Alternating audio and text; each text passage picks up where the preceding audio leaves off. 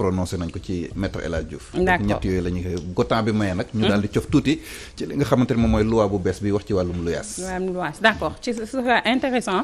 tout à l'heure dans Justice avec Pape Thioro Ndiaye. Donc mu mel ne bu ñu paree ci lii de càmm gi Mbaye Babacar wala Mbaye Laay borom appel bi dina dikk fii ñu daal di càmbar bu baax a baax li nga xamante ni dafa ñeel wàllum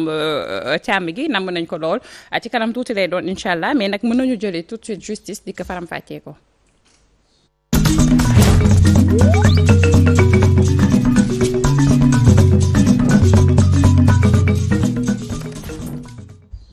Alors comme ni leen ko Pape waxee dañuy ratisser large on va parler du dossier Sweet Beauté bees yi nga xamante ne am na ci waaye it wax ci mbirum Sitor Ndour ak le cas maître El Hadj Diouf jëm ci tere bi nga xamante ni tere nañu avocat yi àddu ñeel dossier yi nga xamante ni moom la ñuy plaider. waaw donc fi ma koy njëkkee rek mooy prétexte bi mooy le cas maître El Hadj Diouf ndaxte xam ngeen ni jamono yële passé dafa amoon suspension. bañ demee ba ci biir mardi bi passé am benn décision boo xamante ne conseil de l'ordre prononcé nañ ko mooy sursis boo xamante ne ci 8 mois la juróom-ñetti weer yoo xamante ne dañ koy tere muy defati conférence de presse boo xam ne day wax ci dossier boo xam ne dafa nekk ci wàllub yoon ba pare moom mu bokk ci loolu nag moom mooy li nga xam ne moom mooy dogal bi nga xam ne kuréel gi mu bokk muy kuréel gi ëmb avocat yi jël nañ ko ci moom loolu nag li muy tekki sursis moom foo ko dégg moom moo di ne fii ak juróomi at leneen loo def boo ñëwee da ngay daal di dañuy prononcer sanction par exemple bu ñu nee diw condamné nañ ko 2 mois avec sursis loolu mooy fii ak juróomi at loo fi defaat boo ñëwee da ngay tëdd 2 mois yi ba pare ñu soog la atte ci lu bees li nga def donc sursis loolu lay tekki donc li pour le cas de maître El Hadj Diouf ni ñu ko mënee comprendre mooy fii ak juróomi at bu defaatee conférence de presse boo xam ne day wax ci dossier bu nekk ci loxol yoon te moom mu bokk ci maanaam dañuy révoquer loolee nga xamante ni moom mooy sursis bi mu daal di doon donc suspension ferme donc loolu mooy li nga xamante ni moom moo bees ci mbir mi donc man loolu moo ma servir de prétexte pour que ma wax ci tere bi ñu teree wax avocat yi ñu wax dëgg yàlla man loolu d'accord ma ci tey d'accord ma ci ëllëg nangu ma ko tey nangu ma ko ëllëg ndaxte avocat yi dañ leen war a bàyyi ñuy waxuma nag pour violer présomption d'innocence wala pour charger nit koo xam ne dafa nekk ci loxo yoon te atteeguñu ko pas sur ce point mais fi may waxee ne avocat yi dañ leen war a bàyyi ñuy wax mooy xam nga justice duñu communiquer ñoom dañuy làqatu ci secret de l'instruction ak ci li nga xam moom mooy devoir de réserve donc conférence de presse yi avocat yi di doon def ak sortie yi moom ma doon permettre population bi ñu comprendre xam li xew te de tout le temps noonu la doon demee yéen a ngi fàttaliku procès Karim Wade avocat Karim Wade yi dañ daan def conférence de presse expliquer Sénégalais yi li xew lan moo xew ci dossier bi ak mbir yi fan la toll ak lan moo ci bees wala bu amee lu bees lu Sénégalais comprendre ñu def sortie communiquer ci daan nañ ko ne moo ko également dans d'autres dossiers ak yeneen dossiers yu bëri yoo xamante ne yu fi jaar yoo xamante ni yéen a ngi fàttaliku dossier Aïda Ndiongue ak yooyu yëpp de tout le temps avocat yi dañ daan def conférence de presse donc moo tax man dama ne avocat yi kenn waru leen teree wax dañ leen a war a bàyyi ñuy communiquer parce que bu fekkente ne dañu ne la justice est rendue au nom du peuple sénégalais peuple bi il faut que ñuy comprendre comment ça se passe lan moo xew ci justice dossier Sweet Beauté waroon nañ mën a permettre avocat yi ñuy def conférence de presse pas pour charger kenn wala pour violer présomption d'innocence donc je suis très clair bu ma nee avocat yi dañ leen war a bàyyi ñuy wax pas pour ñu violer présomption d'innocence wala ñuy charger nit koo xam ne atteeguñ ko te nit loxoom nekk ci mu nekk ci loxo yoon mais fi may waxee mooy dañ leen war a bàyyi ñuy communiquer parce que justice du communiquer sénégalais yi lu bëri comprendre uñ ko ci justice bëri na tey jii nii ñoo xam ne ñi ngi ci kaso yi xamuñu woon ne lii yoon da koy tere wala boog loi bu bees day am duñu comprendre xam mbir yi naka la tëddee ba pare tamit ma jàpp ne Salma vraiment jot na justice wala ministère de la justice recruter ay chargés de communication boo demee cour suprême war na fa am nga dem conseil constitutionnel muy ëttub attekaay boobu noonu nga xam ne mooy saytu lu jëm ci wàllum élection yi ak constitutionnalité doola ak yooyu noonu au niveau des cours d'appel également loolu noonu parce que justiciable yi amuñu interlocuteur da ngay am dossier mais xamoo fooy dem xamoo kan ngay woo xamoo kan mooy sa interlocuteur pour que nga mën a dem am na ci tribunal yoo xam boo fa demee amul sax orientation amul salle d'accueil amul dara bu fa dugg see doo xam fooy dem bu sa mbokk nekkee ci loxo yoon amul fooy mën a dem pour am information xam sa mbokk bi ban prison la nekk wala dossier bi fan la nekk ci wàllub yoon donc wax dëgg yàlla jot na ministère de la justice recruter ay chargés de communication wala bu ñu ko mënul je pense que même au sein de la justice am na fa ay agents yoo xam ne mën nañu def office de chargé de communication par exemple liggéey boobu noonu man gis naa ni greffier war nañ ko mën a taxawee c'est-à-dire que grande juridiction bu nekk ñu jël fa greffier boo xamante ne kii mooy interlocuteur bi c'est-à-dire que boo bëggee am renseignement sa dossier fan la toll xam nga da ngay gis koo xamante ne da ngay nekk am problème ak yoon ñu jékki-jékki may la liberté provisoire libéral gis nga bu ñu la xasee ba libéré dootoo déggati lu jëm ci dossier bi kenn dootu la ci informé bëri na fi ñoo xamante ne tout le temps dañ lay woo di la laaj naa ma mais man boobu léegi waxuñ ma dara samay mbir fan la mujjee est-ce que dañ maa mujjee setal wala dossier bi nan la mujjee donc wax dëgg yàlla jot na justiciable yi am ay répondants am ñoo xamante ne ñoom la ñu mën a communiquer ci biir justice parce que wax dëgg yàlla soxla nañ ko parce que nit ñi ñu ngi souffrir bu baax a baax a baax a baax ñii seen mbokk day nekk kaso xamuñu fan lañu nekk parce que parfois bu ñu la arrêté duñu la sax may ngay woo say mbokk parfois da ngay am dossier tribunal doo xam foo koy informé o parfois nga am liberté provisoire boo xam da ngay toog des années et des années dootoo xamante mbir mi fan la mujj xamoo kan mooy sa interlocuteur parfois bu fekkente ne xam am na koo xamoon cabinet ba wala yóneen peut-être mën nañ ko affecté mu jóge fa yow doo xam mbir mi fan lay toll moo tax man ma j'estime que léegi nag xam nga magistrat yi duñu communiquer juge yi duñu communiquer procureur duñu communiquer donc avocats yi ci communication yooyu lañ doon def ci le peuple bi sénégalais doon comprendre lan moo xew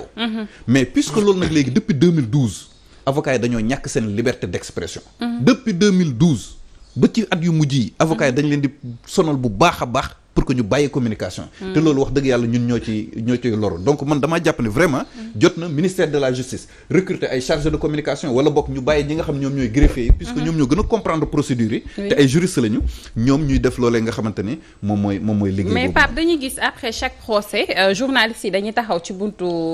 palais de justice par exemple bu avocat yi génnee ñu tàllal leen seen micro ñu def le point wax leen li xew ci procès bi qu'est-ce qui s'est passé sans pour autant xëy na dugg sur le fond du dossier est-ce que procédure boobu noonu doyul mais bu ñu xoolee tey jii le cas de maître El Hadji Diouf dafa demoon ba jéggi dayoo quoi qu'on puisse dire parce que nit bu toog ba commencé di wax ay diw day fe nag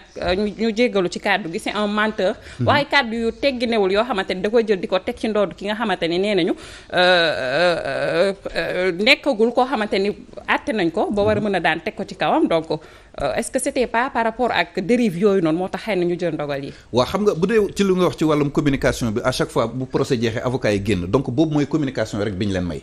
mais xam nga ni boobu doyul parce que boobu le temps bi c'est limité c'est-à-dire que explication yi nga xamante ne nit ñi dañ ko soxla yëpp mënuñu ko kii ba pare du léppay xewee ci salle d'audience di yegg procès parfois dossier mën na benn dossier dara mën na ci bees alors que dossier bi yeggagul procès soit dossier bi mi ngi instruction wala ñu jàpp benn nit koo xamante ne xamuñu comprendre li ñu koy jiñ ak yooyu donc foofu laay waxee maintenant bu dee li nga mujjee wax le cas de maître El Hadji moo tax ci samay tàmbali kàddu ma ni bu ma ne avocat yi dañ leen war a bàyyi ñuy wax c'est pas pour que ñuy violer présomption d'innocence su nit wala ñuy charger nit ku nekk ci wàllub yoon donc le fait que Ousmane Sonko jugé guñ ko ñu taxaw naan ko moo def lii ak il est coupable ak nangam sangam yooyu moom wax dëgg yàlla man rafetlu ma ko te loi yoon da koy tere donc waxewu ma foofu noonu kuy violer présomption d'innocence mais bu dee communication boo xam ne day expliquer sénégalais ñu comprendre procédure bi fan la toll ak lan moo ko waral kii lan lañ koy jiiñ lan moo bees ci dossier bi parfois nga dégg lu bees loo xamante ne langage bi c'est tellement technique que sénégalais duñ ko comprendre am na ñoo xam ne xamuñ sax luy retour de parquet am na ñoo xam ne xamuñ li ñu déféré Sénégal bu ñu la ne diw déféré nañ ko rek daanu nañ ci suuf di jooy jàpp nañ ne mu nga prison alors que déféré tekkiwul ne nit kaa ngi kaso déféré mooy jëlee nañ ko police yóbbu nañ ko tribunal tant que amul décision de mandat de dépôt moom mooy wane ni nit ki kat dem na prison donc yooyu yëpp wax dëgg yàlla moom mooy sénégalais dañ ko umpale bu baax ba fara nga dégg inconstitutionnalité chambre d'accusation recours pour nangam xam nga langage boobu dafa technique ba nga xam ne juriste gis nga xam nga li doy waat ci justice mën nga doon un grand intellectuel te doo comprendre justice nu muy demee de la même manière également di nga gis benn mot boo xamante ne sur le plan littéraire day am définition am mais boo demee ci sur le plan judiciaire mu am beneen définition exemple bi ma ci joxe mooy le mot délinquant xam nga fii kuñ la fi délinquant nga xeex parce que délinquant mooy wëyu mais boo demee ci justice délinquant tekkiwul wëyu de par exemple bu ñu la nee diw c'est un délinquant primaire mooy kii c'est la première fois muy am jafe-jafe ak yoon gis nga différence bi d'accord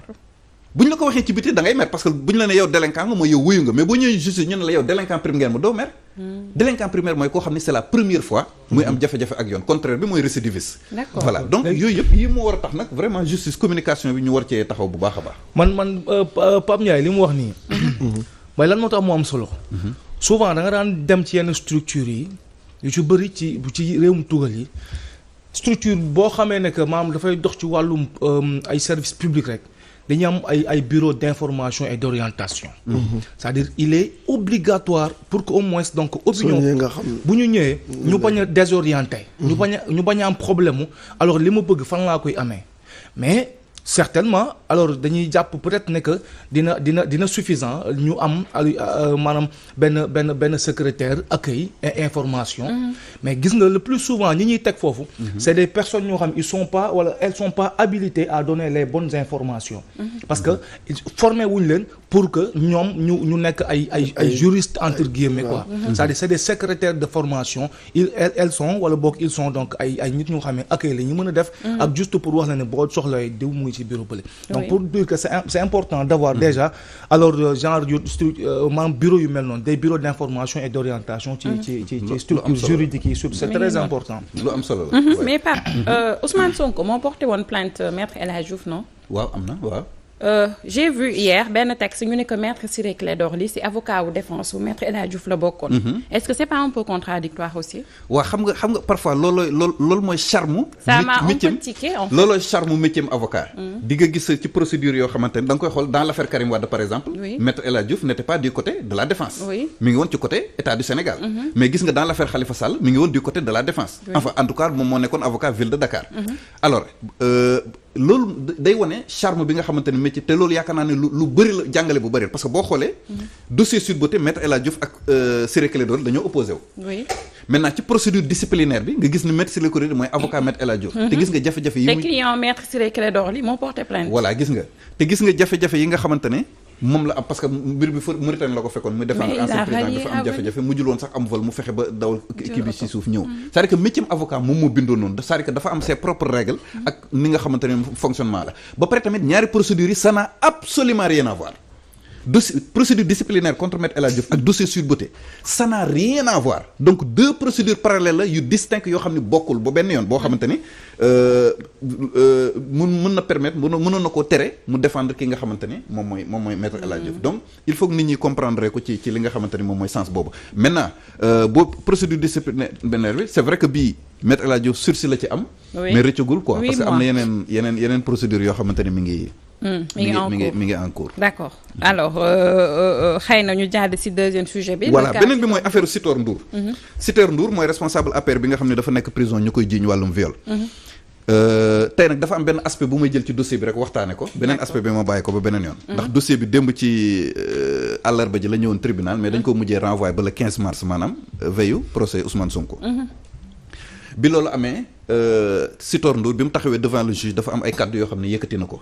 nee na kaso bi dafa metti condition de détention yi mu nekk metti na di sàkk ñu àtte ko nu mu gën a gaawee. voilà léegi nag le fond du dossier maanaam viol bi nu mu demee ak liñ koy jiiñ ak yooyu noonu loolu beneen yoon laa ciy ñëw. mais man li ma ciy wax tey mooy. Sitor Ndour bañ ko jàppee ak léegi juróom-benni weer la def. 6 mois. waaw def na juróom-benni weer ci kaso bi. ñu programmé pour àtte ko. pendant ce temps. am na ci nit ñoo xamante ne wàllum viol lañ leen di toppee ñi ngi ci prison bi depuis 2020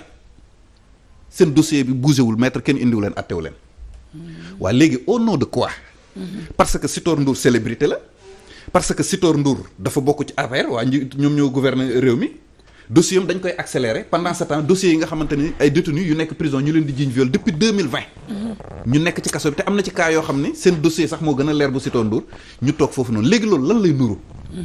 xam nga dafa am doxalin yoo xam ne tant que mi ngi am ci réew mi dina jafe lool dina jafe sénégalais bàyyi critique justice parce que dafa am ñaari mbir yoo xamante ne ñëpp ko seetlu bi si jiitu mooy justice dafa am faible par rapport ak célébrité yi Salma doo gis Sénégal benn célébrité wala boog néew na nga gis célébrité bu toog kaso ba atteem jot li ëpp ci ñoom dañuy am liberté provisoire te liberté provisoire boo ko xasee ba am ça devient une liberté provisoire continue oui. pour paraphraser le théoricien du flagrant délit continu donc non seulement justice dafa am faible ak célébrité yi mais même bu ñu la condamné néew na célébrité buy toog purger penam ba mu jeex du problème waaw léegi lan mooy ndeyu traitement de faveur boobu noonu xam nga maa ngi la naan léegi des dossiers de 2020 ñàkkul ne am na ku toog fa muy seetaan non kii day wax rek est-ce que am na ay dossiers yu taxaw mais dama leen di jox lu leer nañ boo demee prison di nga fa fekk benn détenu bu ñuy wax Birama Niang c'est un agent de la Croix-Rouge boo xam ne en 2020 ci jamonoy corona yeeg ñoom seen ci lañ ko jàppoon doon ko jiiñ viol depuis juin 2020 mi ngi prison ba 2023 bii ñuy wax dossier mu bougéegul maître lijjanti wuñ ko waaye léegi parce que Sitor Ndour célébrité la et que APR la bokk rek ñu programmé dossier am c'est-à-dire que man foofu laay waxee te gis nga Birama Niang bi ma lay wax nii tous les éléments du dossier day wane ni il est innocent tous les éléments du dossier day wane ni innocent peut-être dinañ am occasion ñëwaat ci beneen yoon mais conclusion yi certificat médical bi wax yëpp day wane ni kat kii dégg nga maam li ñu koy jiiñee ba pare moom ministère de la santé sax moo porte plainte man foofu je me pose des questions est-ce que le ministère de la santé est habilité wala boog am na qualité pour porter plainte ci mi ngi tout simplement parce que patiente bi nga xamante ni moom dafa jàpp ne dañ koo violé moment boobu moom mi ngi woon ci loxo yoon maanaam mi ngi woon ci dafa nekkoon ci prise en charge ci l'hôpital ñu koy prise en charge donc ci loolu le ministère de la santé porter plainte parce que pour nga mën a porter plainte dafa am ay conditions quand même il faut que nga souffrir directement ci préjudice bi il faut nga am qualité à agir mais loolu c'est un autre débat boo xam peut-être dina ci ñëw yeneen yoon mais man li may wax mooy ñii nga xamante ni depuis 2020 ñi ngi tëdd ci kaso bi lan moo tax seen dossier ñu bàyyi ko fi muy nelaw célébrité yeeg ñi bokk ci nguur gi ñoom bu seen dossier dañ koy accélérer taf-tafee ko ça pose problème bu weesoo Birama Niang bi ma lay wax ni mën naa leen jox kaaw beneen dossier boo xam ne oustaz Ibrahima Gueye boo xamante ne kuy innocent ci wàllum viol moo la gën a innocent gis nga bañ ko jàppee di ko yóbbu xam nga lan la doon laaj ki ma porté plainte majeur la wala mineur xam nga kooku il n'a rien compris tous les témoignages dans ce dossier attesté na que li ñu koy toppee nii du moom moo ko def et que mbir yooyu ba muy xew sax moom nekk fa woon sax faf ba ci directeur école ba mi ngi ci kaso bi toog di xaar dossier parmi tant d'autres nag dossiers yi ma lay wax nii yëpp moo jiitul dossier Sitor Ndour waaw léegi bu fekkente ne Sénégal ñii bañ ñu critiquer justice bu dee dañu am justice boo xam ne bu dee célébrité nga bu dee da ngaa bokk ci nguur gi ñu accélérer sa dossier programmer sa dossier ba mën laa atte bu dee baadoola nga nag ñu bàyyi la ci kaso bi est-ce que justice nii la war a tëddee est-ce que lii mooy justice bu tëddee njaaxaanaay waaye léegi lii buy am ci réew mi nag ñu ne duñu critiquer justice est-ce que lii dañ koy continuer di ko seetaan fii la réew mi toll donc man cas bi lii laa ci bëggoon a wax parce que attirer ci attention au ministère de la justice ak les autorités judiciaires par rapport ak traitement bii nga xamante ne vraiment dafa disproportionné te lii nag moom mooy indi justiciable di critiquer yi mooy indi dérive yëpp ñëpp jàpp ne vraiment suñu justice tëddeewul njaaxaan mais Pape la justice n'est pas justiciable. La justice n'est pas justiciable peut-être bu en cas d'erreur judiciaire en cas d'erreur judiciaire foofu mën nañu xool naka la ñuy réviser procès bi soppi ko ak yu ne mel mais bu fekkente ne dysfonctionnement dans le service public de la justice kenn mënu ci topp par exemple bu fekkente ne dañ laa arrêté yóbbu la premier procès condamné la dem appel ñu setal la foofu mënoo retourner au contre ñi nga xamante ne ñoom ñoo kii de la même manière également décision boo xamante ne dañ ko jël mu nekk dans le cadre normal ci li nga xam moom mooy service public de la justice mënoo ci retourner au contre magistrat bi jël décision bi lu dul nag mu doon ab jalgati bu fës boo xamante ne soit lu jëm ci wàllum guerre wala dégg nga maam lu jëm ci jalgati bu fës boo xamante ni mérité na ñu sanctionner la wala ñu traduire la ci procédure disciplinaire d'accord mais pour le cas Sitor Ndour xëy na ñoom dañuy paraxee parce que APR la bokk bëgg nañ mu jóge ci jafe-jafe yi mu nekk jóge ci prison ba dem këram dallu ji xëy na loolu lañ ci jublu mais aussi c'est ce même cas qui se pose je me dis sur le cas Ousmane Sonko ñoom it ñu ngi ci parax parce que fi mu nekk nii focus procès la ñuy wax focus procès xëy na pour gaawantu ndax am na ay élections yu ñu dëgmal donc mu ngi ci ñaari côté yëpp mais lu ci nekk ak jubluwaay yi bañ ci jublu donc la transition est toute trouvée pour que ñu ñëw ci dossier Sweet Beauté oui Sweet Beauté de moom dinañ ci tey moom parax mënagul am parce que li tax ñu mën ci tey mooy déjà date procès bi rek kenn mënagu koo jàpp oui ndax avocat yi dañu def recours ci décision bi nga xam ne chambre d'accusation génnee na ko dañoo dem pour cour suprême atte voilà tant que sur cour suprême attewul procédure boobu noonu kenn mënut a jàpp date procès bi donc loolu benn la rax ci dolli même bu ñu jàppoon date procès bi ne date sàngam la ba pare tamit bu weesoo facteur bii nii raison bi nga xam ne mënaguñ jàpp date procès bi muy recours bi avocat yi def cour suprême mais Sonko dafa am procès ak Mame Mbaye Niang donc on imagine mal procédure bi jàppagul ñu jàpp date Sweet Beauté yëf yi di tomber muy am télescopage muy am embouteillage donc bii tant que jeexul pour ñu mën a jàpp bële day jafe exact te lu mu gën a yéex gën a arrangé mais bee moo njëkk a yàgg aussi moo gën a yàgg moo gën a yàgg mais jàppaguñ datu procès bi parce que entre temps bii dañoo jàpp datam parce que tribunal yi leen di atte bokkuñu bu fekkente ne tribunal bi ñuy attee Sonko ak Mame Mbaye Niang mooy tribunal correctionnel par mardi ak jeudi lay siéger voilà donc bu dee beneen bi nga xamante ne moom mooy chambre criminelle tamit bon donc moom correctionnel bi moo ko ëpp périodicité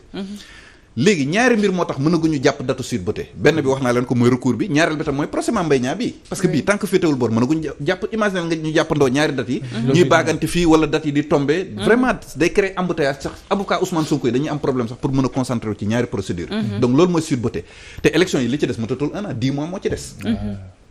moo tax ba may toog fii naan leen du Sweet Beauté bii la ñuy sukkandiku pour écarter Ousmane Sonko ci élection présidentielle dafa am fu ma ko tegoon am na ñu ma ne sax bon 10 mois état mën na ko accélérer ak tout ça mais dafa am délai d'appel Sweet Beauté tey même bu ñu jàppoon date bi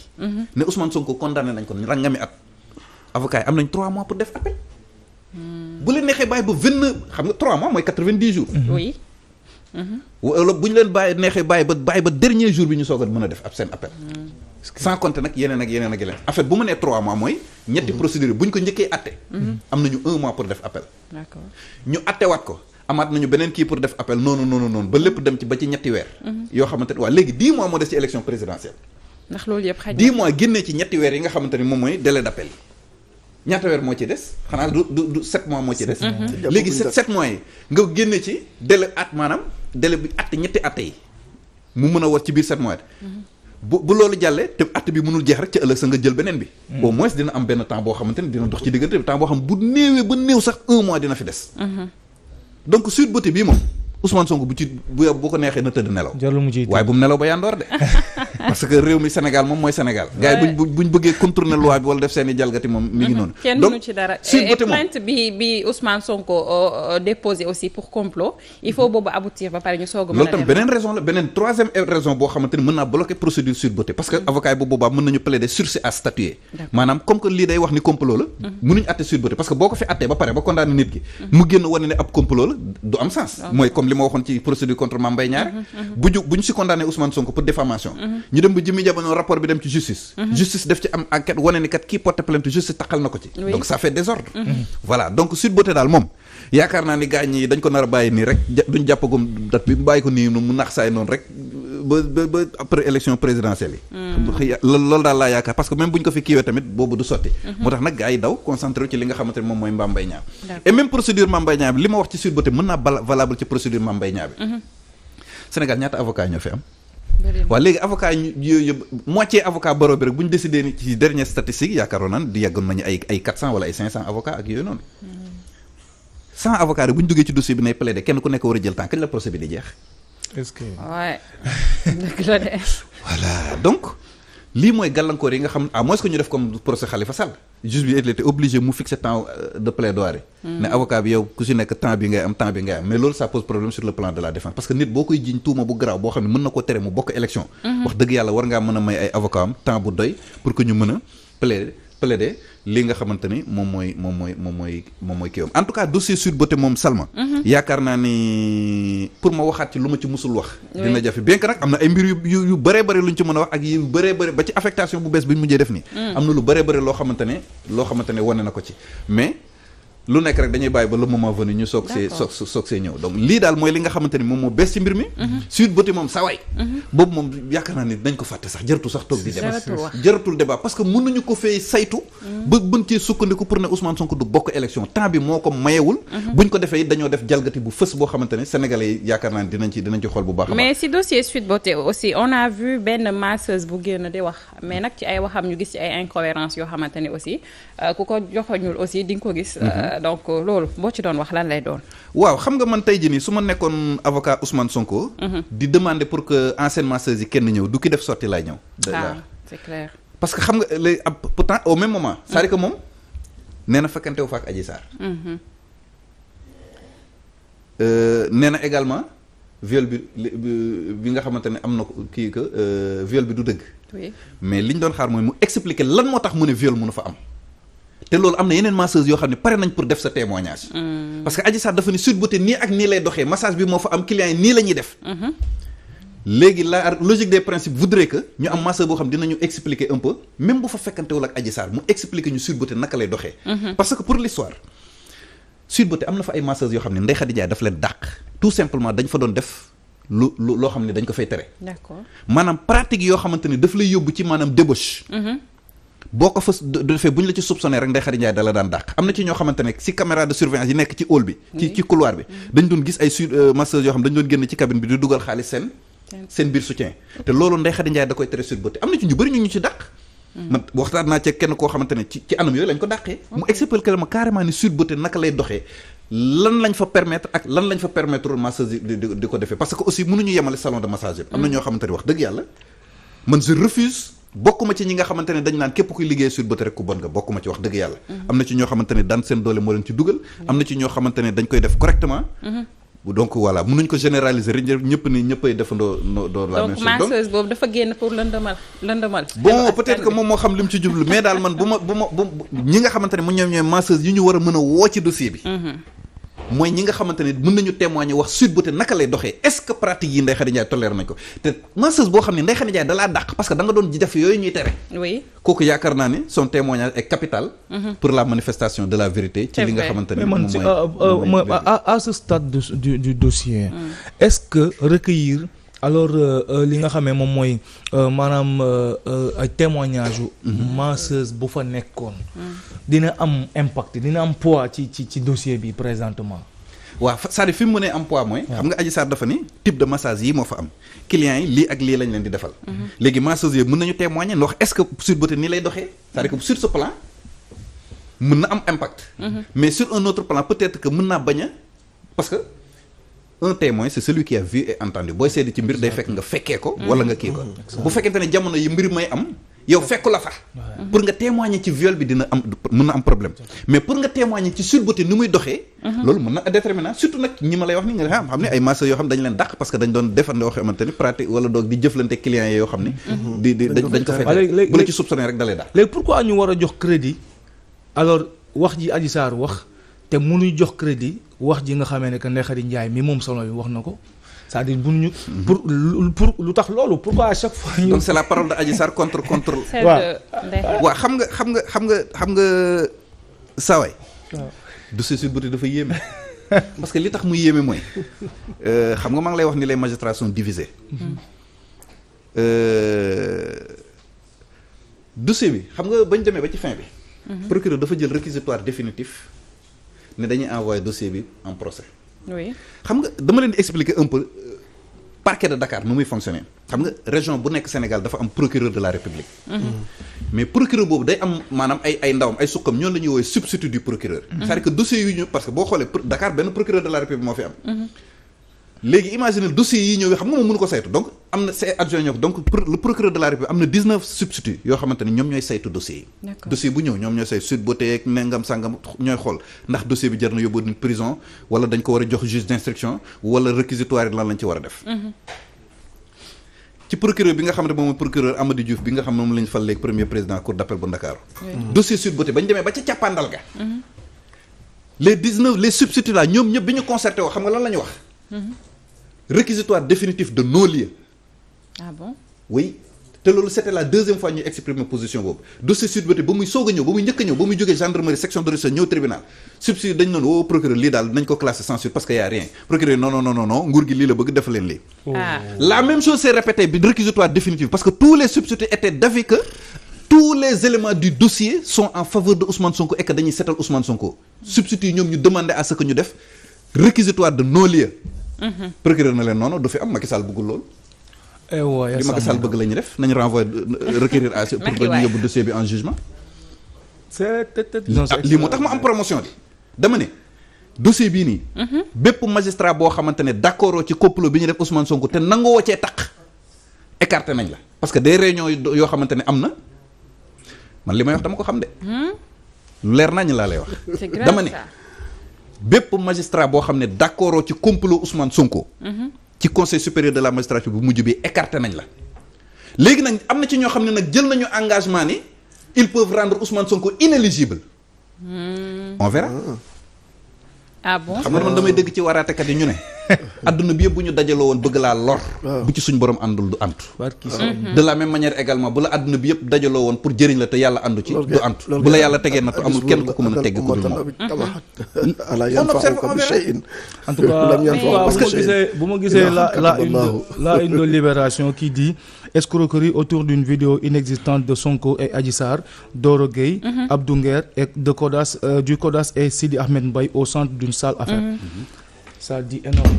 énormément de choses. Waaw parce que boo xoolee tous les témoins ñu ci déglu ñëpp xam nga ne woon naa leen fi témoins yi yëpp dañoo dëggal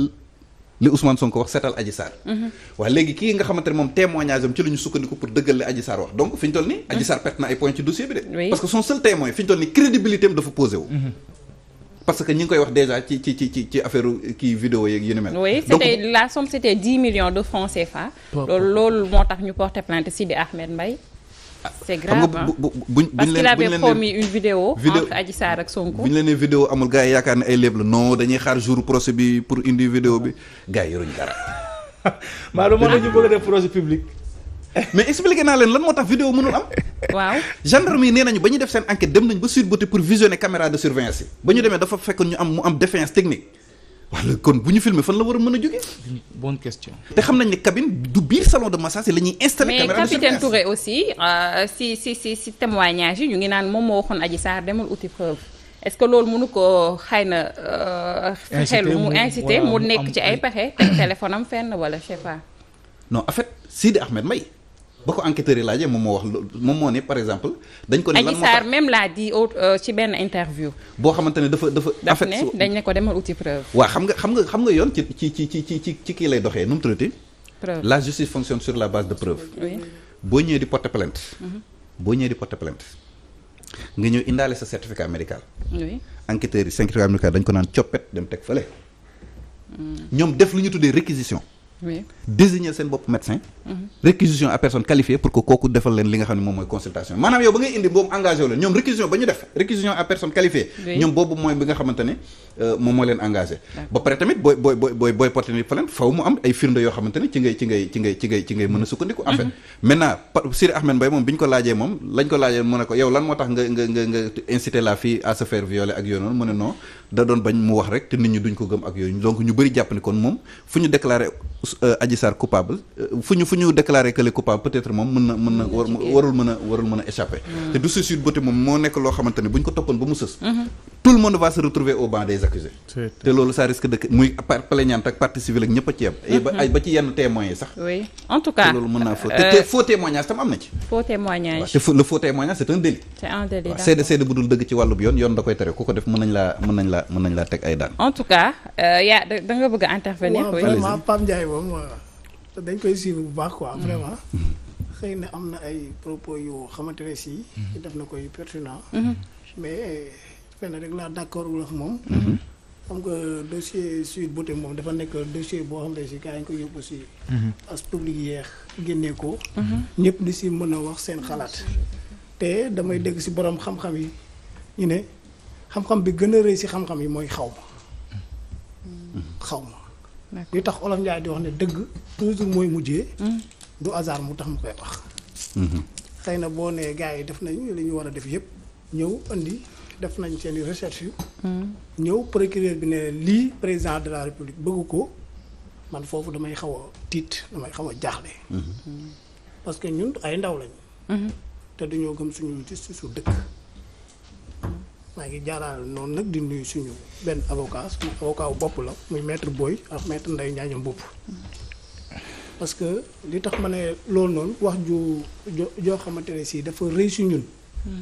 maanaam mënoo ne ñii nañ def seen liggéey ñu def seen liggéey ba pare indil ko tegal ko procureur bi ne lii président bëgg ko. d'accord loolu moom dama siy tiit. parce que tax ma siy tiit. parce que nul n'est au-dessus de la loi. man loolu laa gëm dama gëm sama institution man. dama gëm ne Sénégal dafa am justice. fort sax loolu laa gëm man. ba keroog nag may gis leneen. parce que dossier bi ñu si bari dañuy wax te maîtriser wuñ lu ñuy wax. d'accord xam nga li tax ma ne la léegi nii. toujours dëgg mooy mujje. xam nga tey jii Adji Sarr ak Sonko. moom ku si nekk am na ay avocat du dëgg. ñoom ñaar ñëpp camp bu si nekk am na ay avocat waaw ku si nekk ñoom ña ngay dem bi uti seen i recherche bopp dem def seen i enquête bopp. ñu war leen yóbbu devant la justice ñoom ñu def seen liggéey. kon nag benn Massamba benn Mouhamed Sow wala benn Demba. bi nekk si mbedd mi. bokkul ak paate bi toog si plateau télévision. boo xamante ne si àdduna bi ñëpp dañ koy seetaan. oui. te dëgg la lu muy wax sànq mu ngi naan ma am naa si ay preuves yu leer. c'est vrai du ma ko joxoñ baaraam mais du ma ne amul ay preuves parce que nit koo xamul rek xamuloo ko. mais si li mu wax si côté man. oui. vraiment bu ñu koy génnewee sama fi bi def nit. da nga tiit. dama tiit parce que man mënu ma gëm si àdduna. oui. nit liggéey li muy liggéey ba pare. andi ko si procureur war a def liggéey yëpp. ne lii son excellence monsieur le président bëgg ko. oui. yaa yey nag tiit. waaw Sénégal dañ ne. léegi damay dalal xelam ci lenn rek. oui. dama lay jox sax beneen bu gën a garaaw boobu. kay. jëy Pape xam nga le procureur Ousmane Diagne dañ ko teggi. waaw xam nga Sonko dafa porter plainte Gabi ne dafa bokk ci complot bi pouvoir bi ñu ne ko classer le dossier bi sans suite mu bañ ko classer sans suite ne nañu auditionné Gabi loolu tax ñu teggi ko fa. alors pour comprendre li ma wax déglu kàddu yi ma lay bëgg a wax. bu ma nee réquisitoire définitif substitut yi dañoo wax lii. procureur ñëw ne leen non def leen lii Macky Sall bëgg lii leen la bëgg c'est une interprétation qui découle de deux faits. bi si jiitu mooy le procureur patron hiérarchique mooy le ministre de la justice. le ministre de la justice day jox des instructions de poursuite et de non poursuite maanaam ministre de la justice mën na jox ordre procureur parce que mooy patron mais mënul jox ordre juge donc ministre de la justice le président de la république moo koy fal donc procureur lu mu def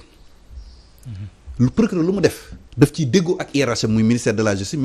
lu muy def da ciy déggoo ak ki nga xam ne moom moo ko fal muy benn. deuxièmement dans le passé gis nañ fi ay procureurs yoo xam ne dañ leen jox ndigal ne leen def leen lii defuñu ko ñu sanctionné la procureur Alioune Diop Louga fële ca Mbour dañoo arrêté woon une militante de l'APR bu ñu jàppoon muy sàcc ay carte d'identité ñu ne ko libéré ko mu bañ ñu sanctionné ko procureur Diakhoumpa Matam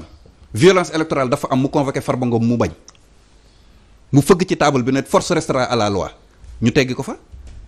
procureur Ousmane Diagne xam nga maa ngi lay wax ci wàllum bi mais première fois bi ñu koy njëkk a teggi ba muy nekk jëpp procureur de la République c'est darté dans l'affaire Ndiaga Diouf dañ ko ne woon mu requérir non-lieu mu bañ ba tëdd ci suuf ñu jële ko fa fii tamit également dañ ko ne mu classé sans suite la plainte de Sonko bi visé Gabi mu bañ ñu teggi ko fa ni mu dalee procureur yi noonu la amee ci ay magistrats mënoon naa la dimal yeneen procureur yu bare yoo xamante ne procureur Aliou Ndao donc procureur yi ministre de la justice mooy seen patron kuñ ci jox ndigal leneen defal lii boo ko deful dañ lay teggi sanctionné la sanction bi nag mooy affectation punitive beneen mbir buy firndeel li ma wax vous vous rappelez certainement de l'affaire Ibrahima Seye pour wane ni parfois président li mu bëgg justice da koy appliquer de parce que imam Ibrahima Seye dañ ko arrêté pour wàllum terrorisme tribunal de Kolda condamné ko 1 an président de la république dem la fële ca réewum tubaab ya mooy ca marche kii ba contre attentat Charlie Hebdo mu ne non c'est pas normal 1 an yi dafa tuuti lan moo tax ñu koy tëj 1 an nañu yokk daan bi gën ko taral loolu bi mu amee man dama def ba ma ci defee émission dama ni fii la ñuy xamee nag ndax justice tëjee na njaaxaanaay justice am nañ occasion won président de la république ñun nous sommes indépendants du exécutif moo ñuy commandé mais ba verdict bi génne qu'est-ce qui s'est passé président dañ ko fekk si ci li mu bëgg c'est-à-dire que 2012 boo doon xool la gouvernance judiciaire ci régime Macky Sall bi justice bi magistrat bu ci doxalee loo xamante ni dafa uute ak li nguur gi bëgg dañ lay dóor sanction affecte gis nga conseil supérieur de la magistrature bu mujj bi mënoon nañ ci taxaw tour par tour man j'ai pris le temps def des investigations poussées sur le choix ou affectation chaque magistrat mais am na ci ñoo xamante ni xam nga secteur boo dem nag xam nga moo tax tout le temps man dama naan justice bu ñu koy critiquer nañuy relativiser mënuñ ne ña magistrat yëpp yam non am na ñoo xam ne dañuy def seen liggéey correctement mais les magistrats réputés indépendants ñi nga xamante ne kenn mënul weñ seen loxo ñoom lépp lu ñuy def seen diggante ak seen borom lañ koy xool mais ñooñu ñëpp dañ leen a teggi fa ñu nekkoon retirer leen ci li nga xamante ne moom mooy pénal bi parfois sax yóbbu leen ci yeneen juridiction ay tribunal du travail ñii dañ leen a sànni ci région yi da ngay gis koo xamante ni ils sont tellement expérimentés sur seen domaine ñu teggi leen fa am ñoo xam ne amuñ sax 1 an ci poste ba ñu nekkoon ñu teggi leen fa donc sanction te li may wax nii du samay kaddu magistrat ñoom seen bopp ñoo ko dénoncé seen bopp magistrat yi ñoo génnee ab communiqué di dénoncer lu ñu tuddee les affectations à caractère punitif di dénoncer l'immixtion de l'exécutif dans le judiciaire donc li may wax ni magistrat ñoom seen bopp seen kuréel gi leen ëmb muy UMS Union des magistrats sénégalais ñooy génne ay communiqué di ñaawlu li may wax ni doxalin bi président de la république doxalin bi muy dugal ci biir justice bi di décider kii kon gis nañ li magistrat ñoom seen bopp ñoo ko dénoncé seen bopp donc du samay kàddu lii noonu leer na nañ mais moom xëy na tiitangeem mën nañ ko comprendre nag parce que lii nga expliqué léegi rek nit bu ko dégg yaakaar naa bu la tikkewul war nañ xoolaat say mbir c'est très normal xëy na mais fi mu ne nii waxtu wi moo ñu xoj et on pourra même pas parler peut-être ci mbirum loi bi waaw boobu moom xam naa dañ koy daal di bàyyi ba beneen yoon parce que gars yi ñu koy sàkku bon ñiy demander aussi parfois ñu génn pénal bi di wax ci civil ak problème mu mariage yi jigéen ñi am ci sëy promettre nañ leen dinañ ci ñëw ci jotaay yi di ñëw incha allah si kanam yeneen jotaay yi dinañ ci dikk bu baax coppap di la jaajëf kon ba beneen yoon rek waaw bu soobee yàlla ayca donc ñu jëli tout de suite action conscience